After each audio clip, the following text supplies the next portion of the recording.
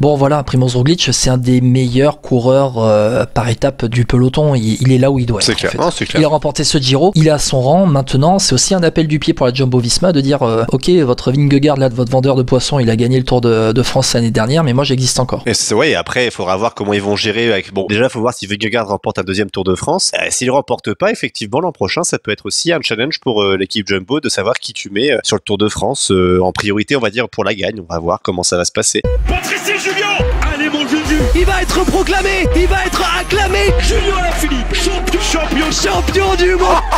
Attaque de Marlou.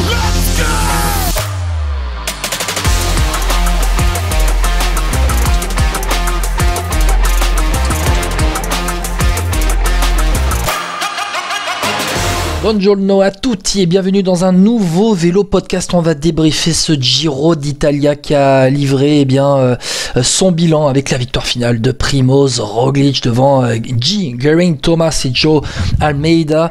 Mais pour parler de ce Giro 2023 tout de suite, un grand accueil à monsieur François Père Noël. Salut FP, de retour dans Vélo Podcast. Salut Guillaume, salut à toutes et à tous. J'ai droit au monsieur maintenant, aux particules avant le prénom, c'est quand même beau. Hein. Monsieur, ou alors Papa FP maintenant, c'est comme ça qu'on doit t'appeler. Exactement. Alors j'ai pas coupé du vélo, mais en revanche j'ai regardé les classiques et toutes les étapes avec un bébé maintenant dans les bras, mais j'avais moins de temps pour les podcasts, c'est bon, c'est le retour. Ouais, bon, tu t'es quand même tenu au courant de tout ce qui s'est passé. Alors la saison des classiques a donc livré aussi son verdict. Il y a eu le Giro qui s'est déroulé pendant les 3 semaines. Très rapidement, t'en as pensé quoi un peu de la saison des classiques, le Giro, très rapidement? Tu as apprécié un petit peu le spectacle que tu as vu? Ouais, alors classique flandrienne, je te dirais comme d'habitude, j'ai pris du plaisir. Des classiques ardennaises ennuyeuses, j'ai envie de te dire, même s'il y a eu des beaux vainqueurs, mais ennuyeuses au global. Et après, pour le Giro, moi je mets le terme dantesque par rapport à la météo et au scénario aussi malgré tout. Alors il y a eu, on en reparlera tout à l'heure évidemment, mais tout le monde n'est pas d'accord. Moi je mets quand même dantesque parce que les conditions étaient quand même terribles pour des coureurs, mais on en parle tout à l'heure. Ouais, on va en parler tout à l'heure, ça sera l'objet d'un billet d'humeur notamment après notre bilan du Giro. On va parler de Primož Roglič, on va parler de son dauphin Geraint Thomas, on va parler de Thibaut Pinot bien sûr, de Jonathan Milan et des révélations de ce Giro 2023. FP, on va commencer tout de suite par le vainqueur, le Slovène Primož Roglič qui a donc remporté son 4e grand tour de sa carrière, le premier hors d'Espagne, hors de la Vuelta. Après 3 Vuelta, il remporte enfin un autre grand tour, le Tour d'Italie. FP, Primož Roglič, on attendait le duel avec Remco Evenepoel, finalement Evenepoel a dû abandonner à cause du Covid, et Primož Roglič a tant bien que mal, j'ai envie de dire, a remporté ce Giro avec le chrono final la veille de l'arrivée à Rome. Ouais, j'ai un sentiment bizarre avec Primož Roglič parce que je ne sais pas en fait si avec Evenepoel, est-ce que c'est lui qui aurait gagné quand même. Après sur ce duel avec Geraint Thomas, j'ai trouvé très attentiste tout le long, dans toutes les étapes. Alors il y a une explication que je trouve, c'est peut-être le fait qu'il n'y avait pas son équipe de base. Tu sais, on a Jumbo-Visma, je crois qu'elle a changé 6 coureurs, si je me trompe pas. 5 changements avant le départ. 5 changements qui étaient prévus à la base pour ce Giro. On a eu d'autres coureurs qui n'étaient pas forcément prévus. Je pense qu'on a fait un peu les fonds de tiroir, si je peux me permettre, sans toucher à l'équipe qui va le Tour de France. Donc je pense que c'est pour ça aussi qu'il était aussi attentiste. Et puis après, il a chuté aussi, faut pas oublier, je crois que c'était la première semaine, au moment où Evenepoel avait fait aussi 2 chutes. Donc je sais pas dans quelles conditions il était, mine de rien, ce qu'il nous fait sur le chrono, c'est quand même impressionnant, quoi. Il s'est rattrapé de la planche des belles filles au Tour de France il y a quelques années maintenant.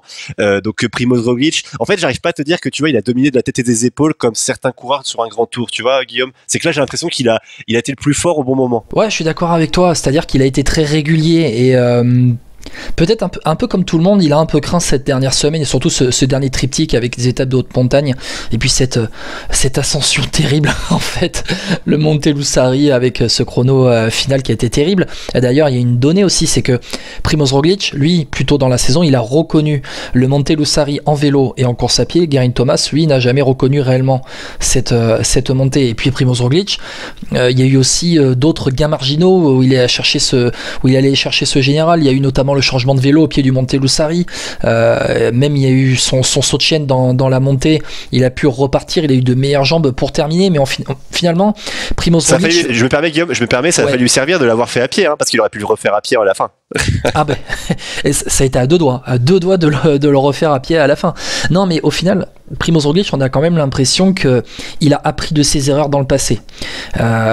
Primož Roglic, on se rappelle à chaque fois qu'il a remporté des grands tours, je sais pas si tu te souviens FP, ça a été très fort dans la première semaine, très fort pendant les 10 premiers jours, et puis à la fin il flanchait un petit peu. Là réellement on l'a vu un peu monter en puissance. Alors ça sera aussi l'objet du bien d'humeur que je veux faire après, mais il y a peut-être eu aussi une crainte aussi un peu des conditions, de ce qui se passait avec le Covid qui tournait. Même lui à un moment donné, Primož Roglic, je crois, FP, je sais pas si tu t'en souviens, il avait fait tourner un peu la rumeur comme quoi il avait attrapé le Covid, et il avait dit un peu en souriant dans le peloton à des gars, mais non, il a appris de ses erreurs, il a géré, au final c'était lui le plus fort, et c'est lui qui a mieux terminé ce Giro, le plus en forme, on l'a vu sur les étapes de montagne notamment à la fin. Ouais, mais après je pense qu'il a été surpris un peu comme nous tous, que ce soit Geraint Thomas, tu sais, qui gère aussi avec l'équipe Ineos, qui avait une belle équipe sur le papier, très équilibrée. J'aurais privilégié moi tout sur Tao Gegenhardt, même si bon malheureusement il a chuté, il a dû abandonner ce Giro, mais j'ai trouvé très très fort moi aussi Tao. Mais Geraint Thomas, je pense qu'il a un peu bluffé tout le monde. Je sais pas ce que t'en penses, parce que il a un peu ce côté vieux coureur aussi, ok, ancien vainqueur du Tour, mais il était toujours là, il y avait toujours une petite malchance. Je crois qu'il a abandonné, c'était l'an passé ou il y a 2 ans, après en ayant glissé sur un bidon. Mais Geraint Thomas, il était un peu inattendu, et je pense que Primož Roglic s'est un peu dit, mais attends, il a quel niveau en fait Thomas là, parce que à chaque fois il nous suit, il est plutôt bon, il est assez aérien, comment je vais m'en débarrasser? En plus lui le chrono il connaît. Enfin je pense qu'il avait aussi cette méfiance là, tu sais, de l'adversaire qu'on n'attendait pas vraiment. Ouais, c'était en 2020, la saison Covid, où il avait glissé sur un bidon, c'était en octobre 2020, il avait dû abandonner à la 4e étape. Oui, je suis d'accord avec toi, Geraint Thomas a un peu bluffé tout le monde, mais Geraint Thomas, en fait, je sais pas si tu avais écouté la présentation qu'on avait fait du Giro FP, mais je pense que tu t'es refait évidemment, tous les podcasts. J'avais parlé de Geraint Thomas, j'avais dit attention, c'est un vieux briscard, il a gagné le Tour de France, il a encore fait 3e l'été dernier sur le Tour de France. Certes il a 37 ans, mais il est toujours très régulier, même si cette saison il n'a pas été bon. Au final sa meilleure place c'était la 15e place au Tour des Alpes, mais il a ciblé ce Giro, et au final c'est lui qui est arrivé en forme, il a toujours été placé. Le chrono lors de la 9e étape à Vercesena, il fait 2e, il récupère là la 2e place du général, il termine à 1 seconde derrière Remco Evenepoel. Et c'est ce jour-là en fait qu'il récupère le Meilleur Os, puisque après la journée de repos, Evenepoel ne prendra pas le départ. Il a été placé, il a été au bon endroit au bon moment finalement, Geraint Thomas, mais c'est l'expérience qui a parlé aussi pour lui. C'est clairement l'expérience, je suis assez d'accord avec toi. Et puis il avait aussi une équipe autour de lui qui était très forte, parce que mine de rien, moi je pense que la Ineos Grenadier c'était la meilleure équipe de ce Giro, quoi qu'on en dise. On va refaire la start list de la Ineos, Gegenhardt avec Tim Arensman. Tim Arensman, je crois qu'il fait top 10, celui au général final. Il fait 6e du général final. 6e, oui, excuse-moi. 6e du général final, ouais, avec Lorenz de plus. Lorenz de plus qui lui fait 10e du général final. Il y a eu Filippo Ganna qui a dû abandonner, il y a eu Salvatore Puccio, il y avait Pavel Sivakov, Ben Swift avec Geraint Thomas. Pavel Sivakov qui n'a pas été chanceux aussi, le français. Non, c'était une super start list pour la Ineos, mais c'était pas étonnant au final. La Ineos nous a toujours habitués à avoir des belles start lists comme ça, même avec les gamins qu'ils ont aujourd'hui. Gegenhardt pour accompagner un peu, c'était le jeune avec le vieux, du côté des Britanniques, Gegenhardt avec Thomas. Non, au final, ouais, on a bifurqué, après on parlait de Roglic, on a bifurqué sur Thomas, mais au final Geraint Thomas, bon, il est là, il est dévasté d'avoir perdu ça la veille de l'arrivée, mais je pense qu'il est déjà bien content de terminer 2e. Mais c'est dans la lignée en fait de ce qu'il avait fait au Tour de France l'année dernière. Ouais, exactement, et je suis tout à fait d'accord. Mais après, comme tu dis, on a dévié, mais mine de rien, Geraint Thomas, c'est lui qui a mené ce Giro, tu sais, en une grande partie. Alors, on a eu Remco Evenepoel au début, où évidemment, ce début de Giro était totalement fait pour lui. Après, malheureusement, il y a le Covid. J'aurais été curieux de voir la suite pour Remco Evenepoel, parce que mine de rien, il y avait une belle équipe Quick-Step, mais pour moi, elle était moins forte sur le papier que la Ineos, par exemple. Et est-ce que il y avait que Ilan Van Wilder en fait avec. Bon, il y avait quand même Vervac aussi. On sait jamais quel niveau il peut avoir sur la haute montagne. Mais oui. Après, j'entends ce que tu veux dire. Et par rapport à d'autres équipes, même par rapport au rythme, comment c'est couru ce Giro, est-ce qu'il y a eu plus d'attaques parce qu'il y a eu beaucoup de critiques là-dessus. Mais est-ce que c'est aussi pas lié au fait qu'il n'y ait pas Evenepoel, parce que je pense qu'Evenepoel, là où tu le fais sauter, dans les très hauts cols, c'est quand tu attaques donc là très haut. Là en l'occurrence, il y avait plus Evenepoel, et vu qu'ils savaient tous à peu près leur niveau, je pense qu'ils n'ont pas osé y aller. Il y a que Joao Almeida qui a tenté une fois et qui a d'ailleurs réussi et qui a failli nous bluffer et peut-être remporter ce Giro. Oui, mais alors tu parles de Remco Evenepoel. La parenthèse, c'est que finalement Remco Evenepoel, il a abandonné avant la très haute montagne. On ne sait toujours pas ce que donne Evenepoel en course sur de la très haute montagne, la très haute altitude. Non, mais après, bon, on a vu quand même qu'il a remporté la Vuelta l'an passé. Je te dis pas qu'il aurait remporté le Giro. Ce n'était pas de la très haute altitude. Certes, mais je pense quand même qu'il a un certain potentiel là-dedans. Il faut qu'on voit. Je suis tout à fait d'accord avec tout le monde. Après, je trouve qu'on a trop extrême là sur Remco Evenepoel. Je sais pas comment ça se fait. On est passé sur un camp d'un côté où c'est le monstre, ça y est, c'est le nouvel Eddy Merckx, alors que pas du tout, c'est Pogačar, le nouvel Eddy Merckx, s'il faut vraiment comparer. Et on est passé à l'extrême inverse, certains qui disent mais il est nul, c'est une pipe en haute montagne, il n'aurait jamais gagné le Giro. Mais je trouve qu'il y a l'entre-deux. C'est vraiment l'entre-deux. Bien évidemment que non. C'est ça, non, parce que au départ du Giro, on avait quand même ciblé ce duel Evenepoel contre Roglic. Et moi, j'avais mis Geraint Thomas, un peu comme l'an dernier, sur le Tour de France, en 3e larron, au cas où Vingegaard, tu vois, c'était un peu derrière Vingegaard et Pogačar, et là c'était derrière Evenepoel, Roglic, au cas où l'un des deux ait un souci, tu vois, c'est bizarre parce que la réalité du terrain nous ramène, enfin, l'historique des coureurs nous ramène très vite dans la réalité du terrain. Et Geraint Thomas, c'est un mec qui a remporté le Tour de France, Paris-Nice, Tour de Suisse, Dauphiné, le Tour de Romandie. Il en a remporté des courses. Hein, et c'est pas le gars qui est né de la dernière pluie, quoi. Mais tactiquement, il a brillamment joué. Hein, quand il laisse partir Pinot là, sur la deuxième. Il joue avec ses forces. Il joue avec les forces et il joue avec les autres équipes. C'est ça qui est super intéressant. Quand on laisse partir Pinot, je crois la deuxième fois où il fait deuxième, pareil. En fait, on a l'impression qu'il se met en danger parce que Pinot n'est pas si loin en général. Mais en fait, non. Son but à lui, c'est pas ça. C'est de faire travailler les autres équipes en disant, vous avez vu l'étape qu'on va se taper. Moi, c'est pas que mon équipe qui va rouler aujourd'hui. Hein. Donc, si la EF, c'était à l'époque, c'était Hugh Carty qui cherchait à récupérer des places. Si la Bahreïn avec Caruso, ils veulent garder leur place dans le top 5 et pas voir Pinot revenir, bah vous roulez les gars. Et c'était assez intelligent, je trouve. Il a toujours cette science de la course là qui nous ramène à des coureurs intelligents, chose qu'on avait parfois un peu perdu parce que alors, ils sont pas je dis pas qu'ils sont pas intelligents, Pogačar et Vingegaard, mais ils sont plus dans le côté on fonce et puis de toute façon on détruit tout le monde, quoi. Donc il y a pas besoin de la même tactique, on va dire. Ouais. Alors tu parlais de cette étape où il laisse filer Thibaut Pinot. C'est lorsque Pinot fait deuxième derrière Filippo Zana. C'est la 18e étape vers Val d'Isoldo, où au bout d'un moment il y a une bataille et voilà, Geraint Thomas, il sait qu'il y a encore une énorme étape le lendemain à faire, que son équipe elle était réduite. Il y avait plus Gegenhardt, il y avait plus Sivakov, il avait une formation restreinte autour de lui, donc c'était très compliqué pour lui de gérer un peu ses forces. Et finalement, pour Primož Roglic, je vais revenir sur lui, mais c'était un peu pareil. Il y avait Sepkus, mais derrière, pour Primož Roglic, après Sepkus, c'était Rohan Dennis était un peu là, mais Eduardo a fini un petit peu aussi. Il n'y avait pas grand monde. T'avais Sam Oomen qui normalement est bon, Thomas Glock normalement doit l'aider, mais c'est vrai que c'est des coureurs qui n'étaient pas prêts, donc c'est difficile aussi pour eux. Voilà, il y a eu des gars qui ont été appelés au dernier moment, et puis Tom Glock, il est très jeune encore. Il est très jeune. C'est pas ta pépite lui normalement. Si, mais il est très jeune, Thomas Glock. Voilà, on peut pas demander à un gamin de 21 ans qui était, je crois que c'est des coureurs qui a été appelé au dernier moment.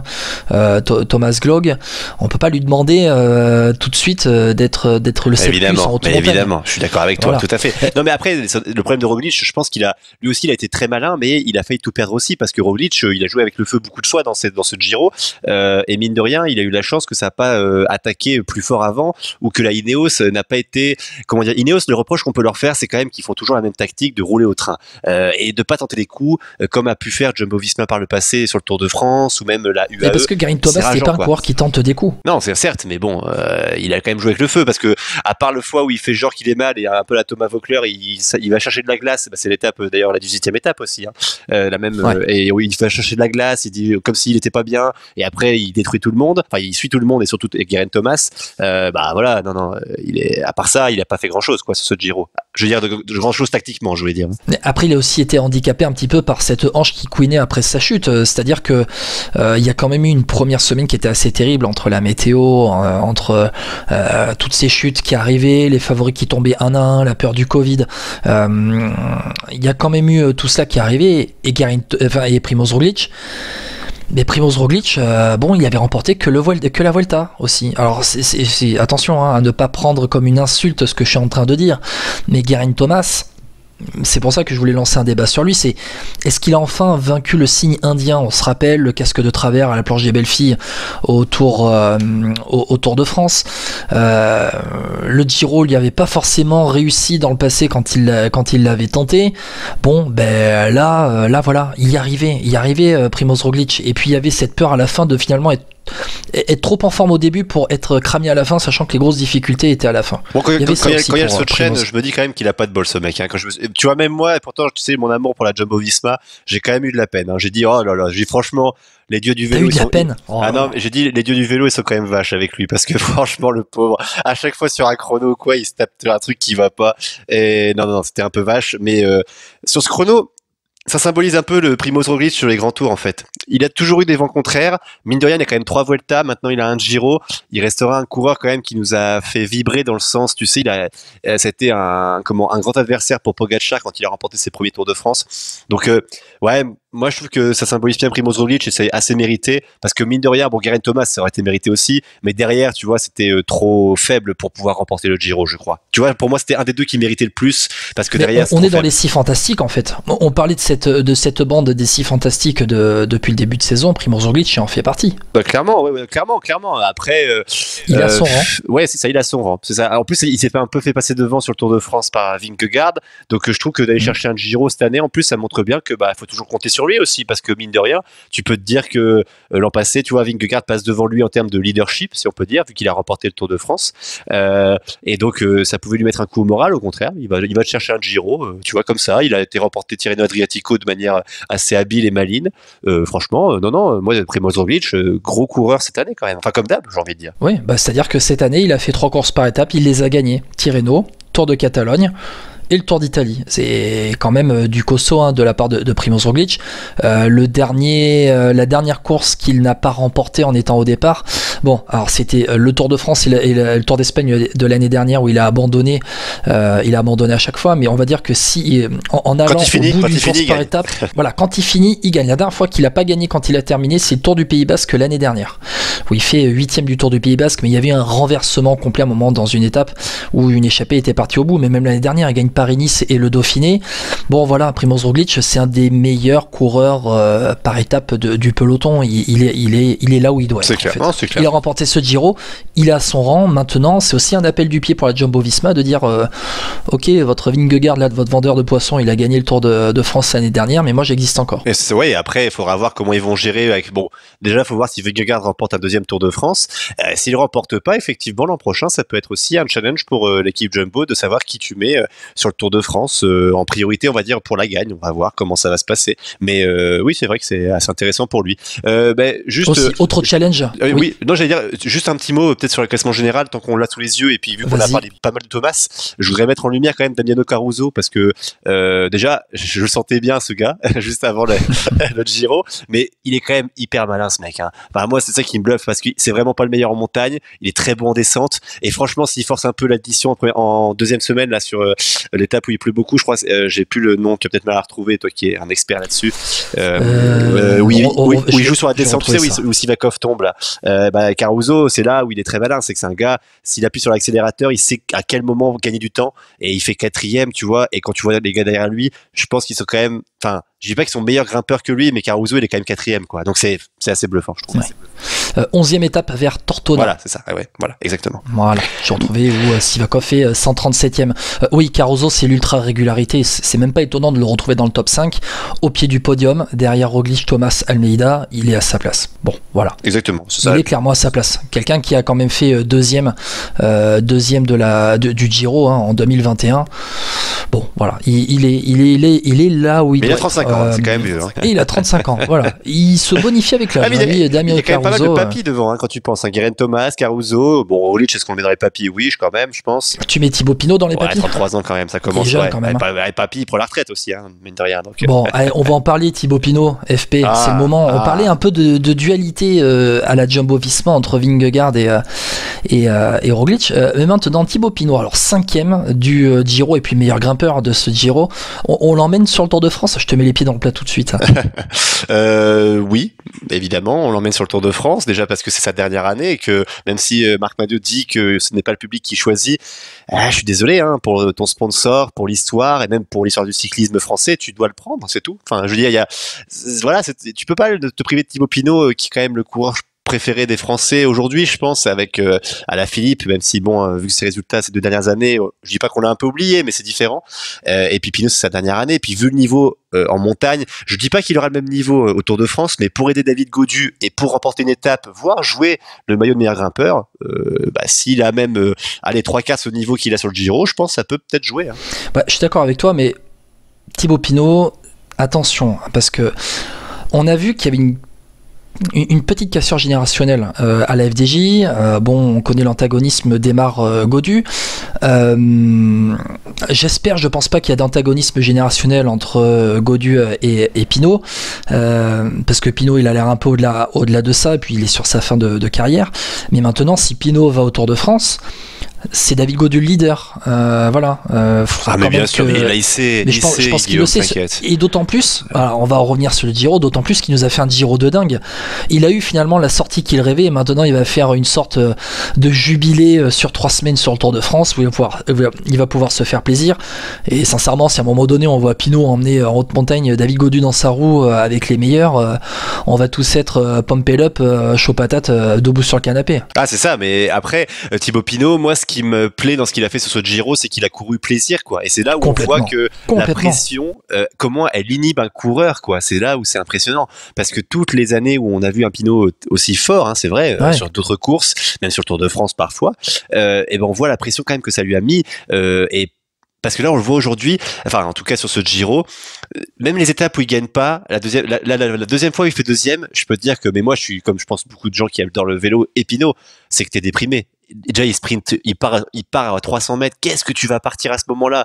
Surtout qu'avant, quand il se bat Zana, par c'est pas un Zana, peintre sprint. Ouais, je trouve ça rageant. Le gars est champion d'Italie en titre, c'est-à-dire que champion d'Italie, il a pas gagné dans le paquet de bonus, il a fallu avoir une petite pointe de vitesse quand même. Et en fait, toi, tu vois, en tant que de fan, je vais dire supporter, mais fan plutôt, t'es déprimé et tout. Et en fin de compte, quand tu écoutes l'interview après, Pinot il allait te dire, écoutez, je suis vraiment content de ma course, ça fait chier, mais en fin de compte, Zana c'était le plus fort, j'ai moins de scrupules par rapport à la première fois où il fait deuxième, parce que c'est vrai que ses pédales à pas rouler, on le retient évidemment, mais je veux dire, tu sens, en fait, il te rassure presque, et le fait d'avoir ce sentiment-là, après, tu savais que derrière, il allait faire une bonne fin de Giro, parce qu'en fait, tu sentais qu'il était en paix avec lui-même, en fait. C'est bizarre, mais franchement, je me suis même dit, s'il y a l'effet de course avec lui, qu'il y a un peu de pluie, il peut aller viser le podium. Après, il est pas trop loin, du top 4, top 4, je parle top 4, pas de top 3, mais ce que je veux dire, c'est que, je sais pas si tu le sentais, mais t'as l'impression que Pinot, il était tellement décontracté, que moi, cette fin de Giro, quand je la regardais, j'ai puré, en fait, il peut vraiment faire une sacrée remontée s'il suit les leaders et qu'il perd pas trop d'énergie avec le maillot Azzurro. Mais en fait, Thibaut Pinot, c'est un peu toujours le même. Moi là, il me surprend le plus, c'est sur le contre-la-montre. Je m'attends pas à le voir comme ça sur le contre-la-montre. Il fait 5e le contre-la-montre, il est terrible, hein. Il est terrible, ce chrono, hein. C'est vraiment un chrono de grimpeur, hein. Ah oui. Non, mais c'est-à-dire qu'il faut, c'est un chrono de grimpeur, mais il faut quand même pas tout donner aussi sur le plat avant. C'est-à-dire que. Mais moi je pense que même John Gadret il faisait un bon résultat là. Et pourtant c'était un mauvais sur le chrono aussi. Tu t'avances. Coucou à John Gadret qu'on avait eu dans Vélo Podcast il y a quelques mois. Non, mais en fait Thibaut Pinot c'est un peu l'éternel recommencement avec lui, c'est-à-dire qu'on passe du tout au rien, et en fait c'est un peu le résumé de sa carrière. À un moment donné on est au fond du seau avec lui quand il se fait battre au sprint, parce qu'on attend tous de lui une victoire d'étape pour terminer en beauté sur ce Giro. Même les tifosi italiens, ils se sont pris au jeu. Le CM, le community manager du Giro, il en a fait à un moment donné, quand il a compris la hype qu'il y avait derrière Thibaut Pinot en France, il est parti avec tout le monde et il a embarqué tout le monde aussi sur les réseaux sociaux, et les tifosi italiens étaient aussi derrière lui.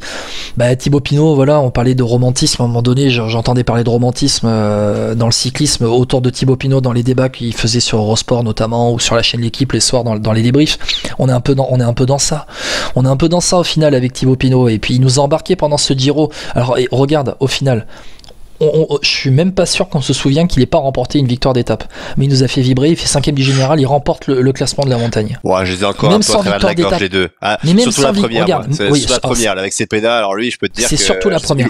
Parce que la deuxième du moment, il faut pas qu'il fasse Roubaix, lui, hein, je te le dis.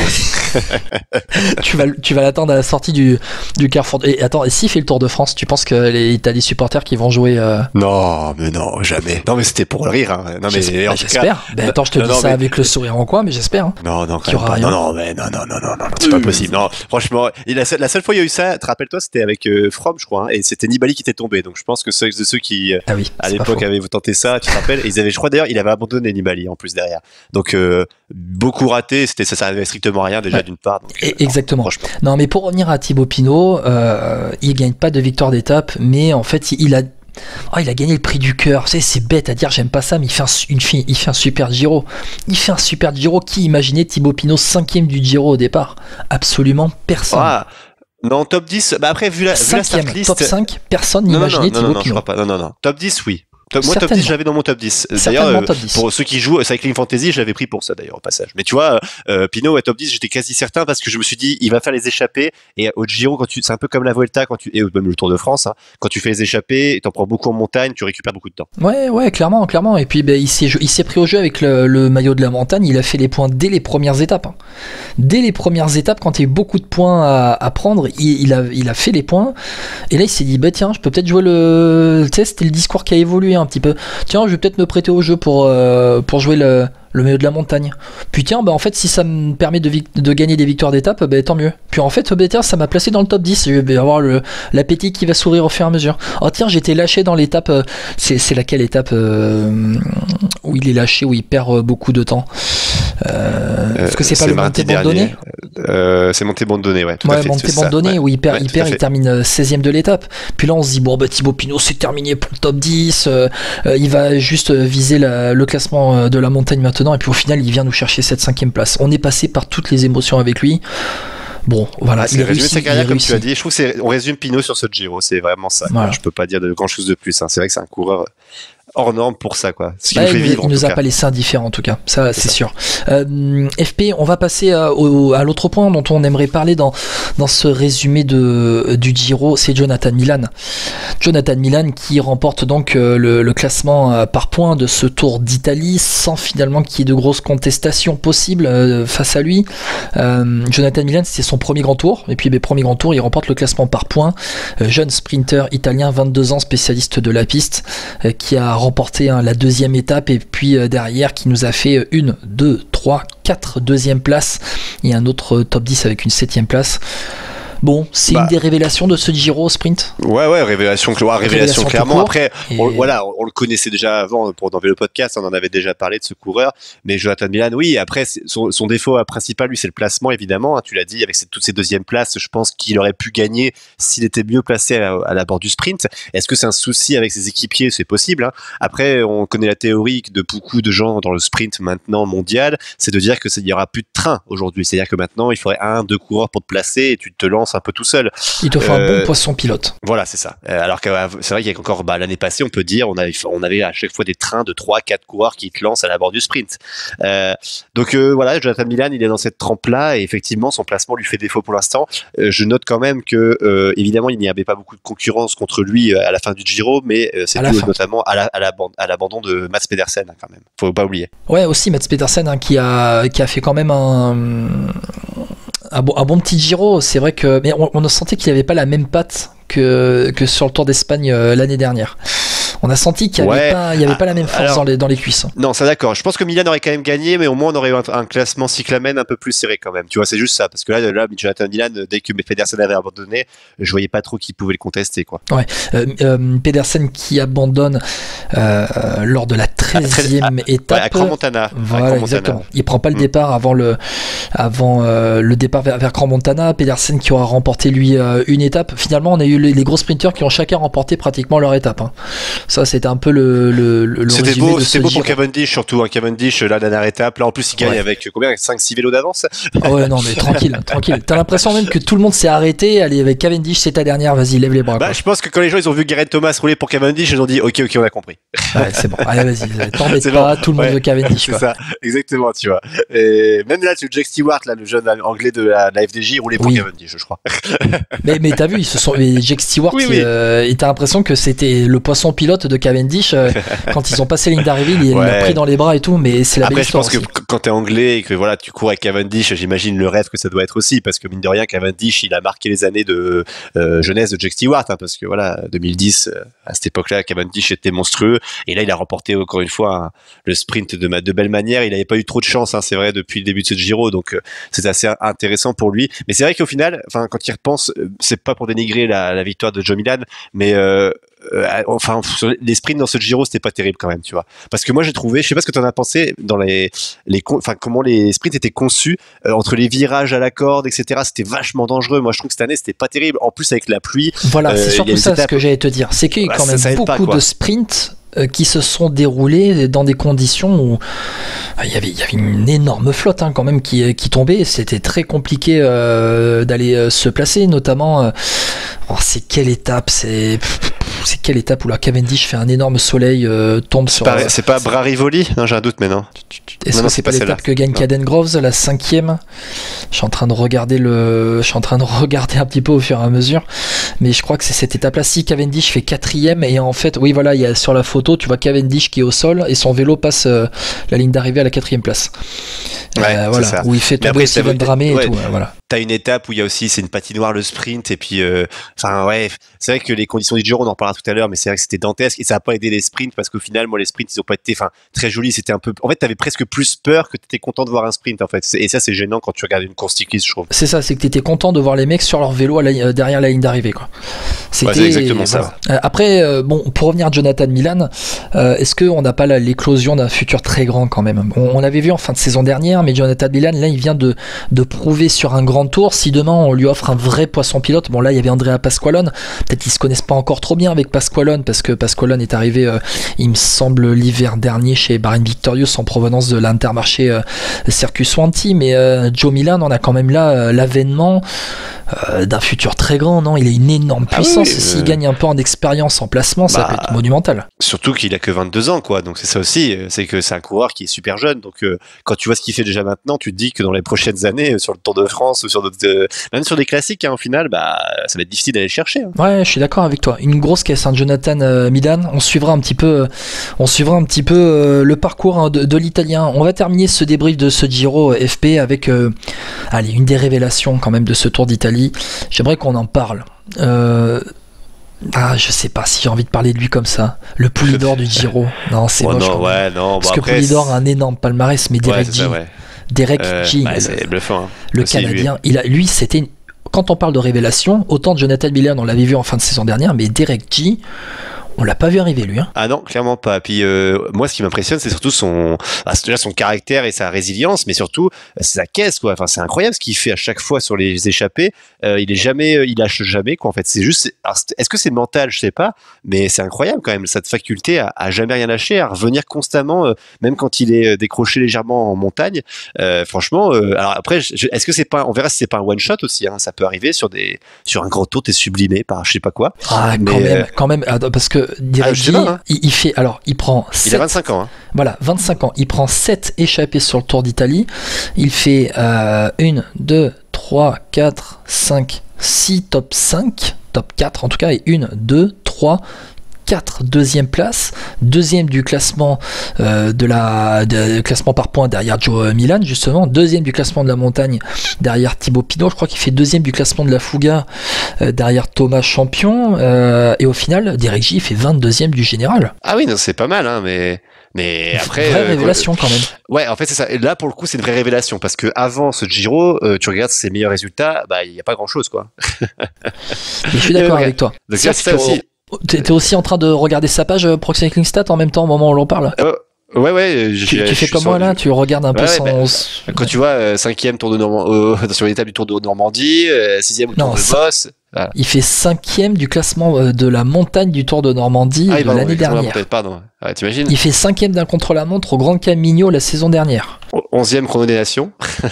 Aussi. 5e sur l'étape du Haut Grand Camino l'an passé. Enfin, t'imagines, c'est pas des grosses références. Après, c'est comme tu dis, le terme révélation est parfait. Terme révélation, mais belle révélation, tempérament hyper offensif, et on espère qu'il y aura une suite dans sa carrière quand même pour Dereggi, pour lui, parce qu'il nous aura régalé. Et puis cette équipe Israel Premier Tech, elle aura trouvé au final un peu son identité dans ce Giro avec Dereggi et ce tempérament offensif. Il y avait Pozzovivo qui pouvait jouer le général au départ, mais Pozzovivo lui a abandonné en début de deuxième semaine. FP. C'est un ton billet d'humeur, c'est ça ? Ouais, je voulais quand même qu'on parle un petit peu des débats qu'il y a eu à un moment donné pendant ce Giro, surtout après, on va dire les 10 premiers jours ou les 2 premières semaines où il y avait quand même les favoris pour le général qui se tenaient.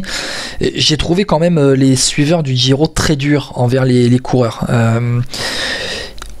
On se rend compte, il faut se rendre compte quand même que les coureurs du Tour d'Italie, notamment surtout la première semaine, ils ont dû se taper une météo dantesque, des chutes de partout, la peur de la chute, le Covid qui frappait de plus en plus les coureurs. On a vu que ça tombait comme des cartes, comme un château de cartes, et on a même vu Remco Evenepoel, un favori pour la victoire finale, abandonné à cause du Covid.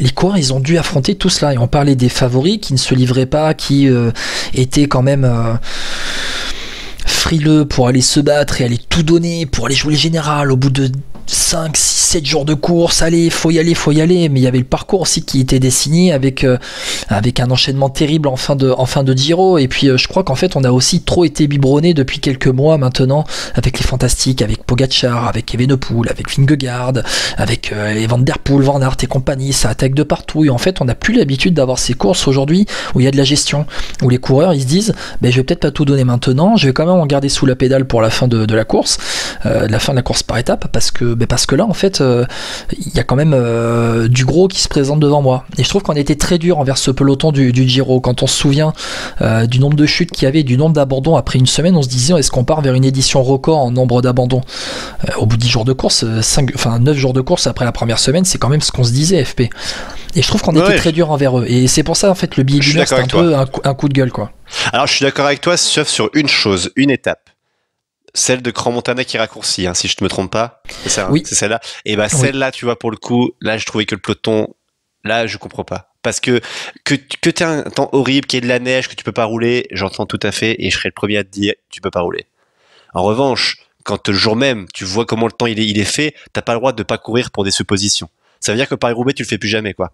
Parce que ça veut dire que Paris-Roubaix, notamment le Paris-Roubaix que gagne Sonny Colbrelli. Exactement. Ça veut dire qu'en fait, là, tu vois qu'il y a de la pluie, tu dis, on court pas. Si ça court, tu vois, enfin, je veux dire, on rappelle très rapidement cette étape de Crans-Montana où c'est une étape à la base qui fait 207 km avec d'abord le grand Saint-Bernard, et puis ensuite tu as après le grand Saint-Bernard la Croix de Cœur et la montée vers Crans-Montana.